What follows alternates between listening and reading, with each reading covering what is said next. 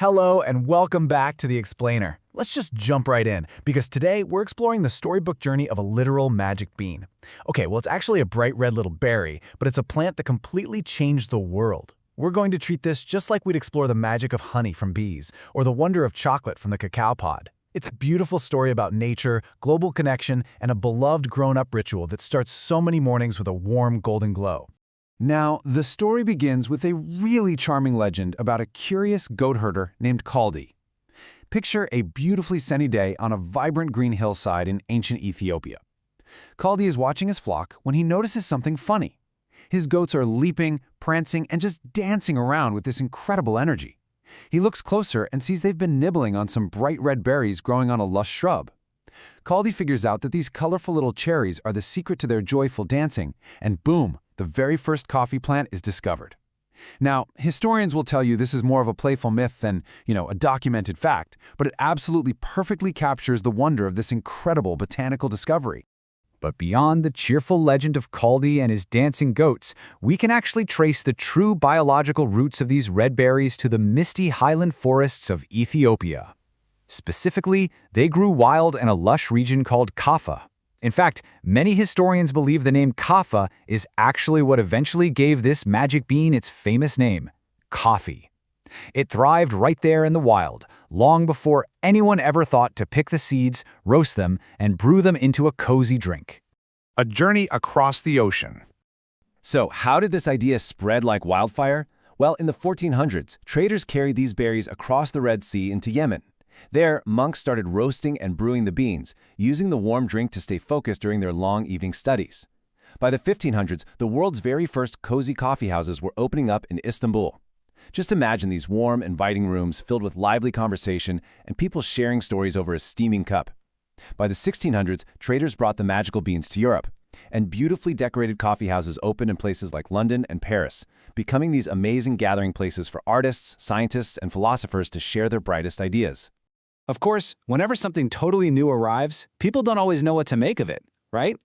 When coffee first hit Europe, some nervous rulers actually tried to ban it due to some pretty silly superstitions. But, as the story goes, Pope Clement VIII was asked to officially banish the drink. Wisely, he decided, hey, I should probably taste this first. He took a sip from a steaming cup, loved the sweet, robust taste so much, and gave it his official blessing instead. He basically declared it way too delicious to be forbidden. The modern coffee map? Today, these beans thrive in what's known as the bean belt. It's this beautifully warm tropical ring right around the center of the earth that gets the perfect amount of sunshine and rainfall. Brazil stands proudly at the top, growing an astonishing 1/3 of the entire world's supply. That's a massive amount of beans. Then you've got Vietnam, famous for a hardier type of bean called Robusta. And rounding out the top three is Colombia, which grows its beans high up in the cool, misty Andes Mountains for a super smooth, gentle flavor. But here's a really fun, surprising irony for you. While it takes warm tropical countries to grow the beans, the countries that drink the most coffee are, well, quite different. The United States drinks the most in total volume, simply because there are just so many people.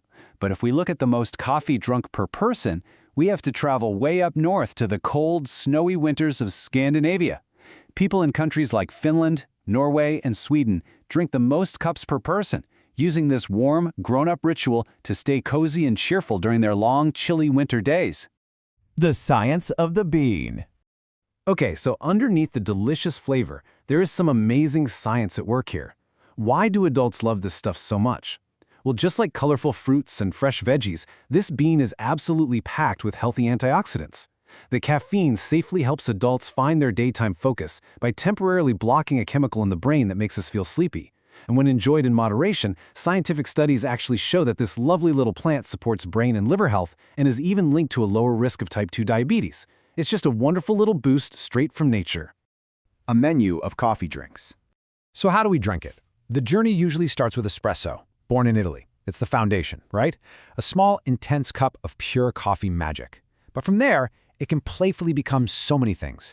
Add some gently steamed milk in a thick cloud-like layer of foam, and you've got a cappuccino. Fun fact, the cappuccino was actually named because its worn brown color looked just like the brown robes worn by Capuchin friars.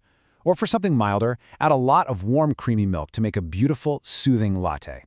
If you have a sweet tooth, you can mix the coffee with sweet, rich chocolate to create a mocha, bringing two of nature's absolute best beans together in one cozy mug. Or you can steep the beans in cool water for hours to make a cold brew, which is incredibly smooth and refreshing. Over in Vietnam, during a time when milk was really hard to find, people brilliantly started whipping coffee with sweet egg yolks to create Vietnamese egg coffee. It literally tastes like a rich, warm, liquid custard. It's so cool how many different cultural stories are poured into these cups. The cup that connects us. 25 million. That number represents a massive global family.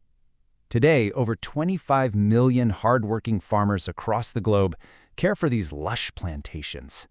The vast majority are families working on small, beautiful plots of land, hand-picking those bright red cherries under the tropical sun so that someone, thousands of miles away, can enjoy their morning ritual.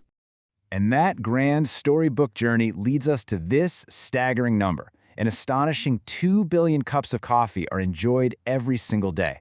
From a barista pulling a fresh shot in Rome, to an elderly couple sharing a Turkish coffee at sunset, to a busy worker grabbing a warm cup on a brisk morning. 2 billion times a day, people pause, hold a warm mug in their hands, and take a comforting sip. It's like a giant puzzle connecting us all, from a joyful jumping goat on a sunny hillside in ancient Ethiopia to a steaming, cozy mug held in your hands today. This incredible plant connects families, friends, and cultures across the entire globe. It's one being, one cup, tying us all together. So, I'll leave you with this one final heartwarming question. Who will you share your next cup with?